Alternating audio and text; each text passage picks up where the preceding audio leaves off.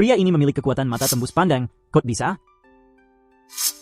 Tony hanya tertimpa tungku dupa yang terbang. Tak disangka malah mendapat kemampuan mata tembus pandang. Saat itu pemilik kos yang cantik baru saja keluar dari kamar mandi. Tony langsung melihat jelas semua bagian tubuh di balik handuknya. Bagi Tony yang sudah jomblo 18 tahun tentu tak tahan. Darah hidungnya langsung muncrat keluar. Untuk mencegah pendarahan lebih parah, dia buru-buru cari alasan turun buang sampah. Tak disangka saat menutup tong sampah, dia malah melihat ada pecahan keramik di dalamnya. Dia langsung membuka tutupnya untuk memastikan. Ternyata benar persis seperti yang dia lihat tadi. Awalnya dia kira cuma halusinasi karena tertimpa benda. Tapi setelah dia buka lagi tong sampah, dia malah bisa melihat ada stempel tersembunyi dalam keramik itu. Bahkan harga stempelnya juga muncul di matanya. Dia pun senang bukan main. Segera mengambil keramik itu dan menghancurkannya. Setelah mendapatkan stempel, dia masih tidak mengerti kenapa tiba-tiba dia punya mata tembus pandang. Saat sedang berpikir, tiba-tiba tubuhnya diselimuti cahaya. Sekejap kemudian dia berada di ruang asing. Ternyata tungku dupa yang menimpa Tony tadi bernama Qian Kunlu. Seketika sikapnya berubah. Dia langsung menawarkan harga tinggi untuk membelinya. Tanpa diduga, begitu menerima kalung dari Tony, dia diam-diam menukarnya dengan barang palsu. Lalu pura-pura mengatakan hanya bernilai $20.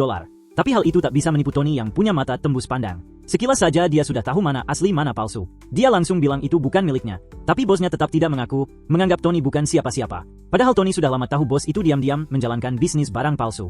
Dia pun langsung teriak memanggil orang-orang, mengatakan akan membongkar kebusukan toko itu. Tak lama, toko barang antik itu penuh sesak oleh orang-orang. Melihat itu, Tony langsung mengambil sebuah porselen biru putih dan langsung menyebut itu barang palsu. Baru keluar dari tungku beberapa hari lalu. Penilaiannya langsung menarik perhatian Ketua Asosiasi Barang Antik. Sang ketua melihat Tony bukan cuma bisa membedakan, tapi juga tahu teknik pemalsuannya. Saat itu Tony terus membongkar isi toko. Tanpa sadar dirinya sudah jadi incaran. Kemudian dia secara terbuka menyatakan toko itu hampir tidak punya satupun barang asli. Ucapan itu membuat wajah bosnya langsung berubah pucat. Dia buru-buru menjelaskan ke orang-orang bahwa Tony cuma asal ngomong. Katanya dia sudah buka toko di jalan itu lebih dari 10 tahun, bermodal reputasi dan kejujuran. Namun Tony kembali membongkarnya, bahkan ingin memeriksa bagian belakang toko. Saat itu bosnya mulai panik, karena belakang toko adalah markas bos besar. Kalau terus ribut seperti ini bisa kacau besar. Dia berpikir ingin cepat-cepat mengembalikan kalung agar masalah selesai dan Tony pergi. Tapi Tony bukan orang yang mudah dibujuk. Dia bukan cuma ingin ambil kembali kalungnya, tapi juga minta bosnya mengakui pemalsuan di depan umum. Itu sama saja merobek reputasi toko di jalanan. Bos mana mau terima begitu saja? Melihat negosiasi gagal, Tony kembali bersikeras ingin ke belakang toko. Punya kekuatan menyerap segalanya dan memperbaiki barang rusak. Kini setelah memilih tuan, tungku itu juga memberinya kemampuan tembus pandang. Setelah tahu semuanya, dia membawa stempel itu ke pegadaian. Bosnya hanya melihat sekali, langsung memastikan bahwa stempel itu barang antik. Lalu menawar dengan harga 1,6 juta. Begitulah caranya, Tony langsung berubah dari pekerja bergaji 3.000 sebulan menjadi orang kaya dengan aset jutaan. Dan kemampuan perbaikan dari Qian Kunlu membuatnya makin senang. Kebetulan pemilik kos yang cantik menghadiahinya kalung geo warisan.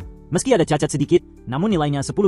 Setelah diperbaiki oleh Qian Kunlu, harganya naik 2 kali lipat jadi 20.000. Hal ini membuat kepercayaan dirinya meningkat. Kini dengan bantuan Qian Kunlu, dia berniat mengundurkan diri dari pekerjaannya di toko barang antik. Tapi bosnya